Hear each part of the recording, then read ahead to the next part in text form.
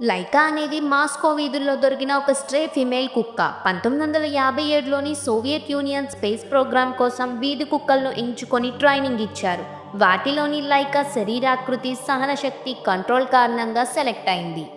ఇప్పటి వరకు ఏ జీవి కూడా గ్రావిటేషన్ వదిలి ఆర్బిట్లోకి వెళ్ళలేదు. మానవులు అంతరిక్షంలో బ్రతికే అవకాశం ఉన్నదా లేదా అని తెలుసుకోవడానికి ముందుగా మనుషుల కంటే కుక్కను పంపారు.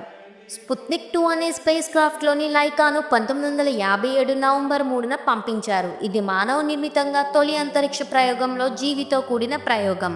స్పుత్నిక్ 2లోని లైకా కోసం oxygen cylinders, fan, food, water gel ఫామ్లో అరేంజ్ చేశారు.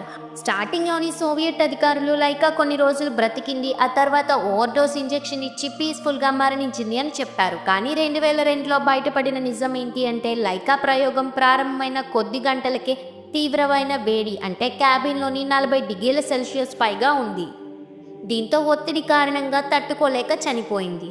ప్రపంచంలోని అనేక మంది జంతు ప్రేమికులు ఈ ప్రయోగాన్ని వ్యతిరేకించారు. ఎందుకంటే అప్పట్లోని లైకాను భూమికి తిరిగి తీసుకువచ్చే టెక్నాలజీ లేదు. అది తెలిసినా కూడా లైకాని ప్రయోగంలో ఉపయోగించారు.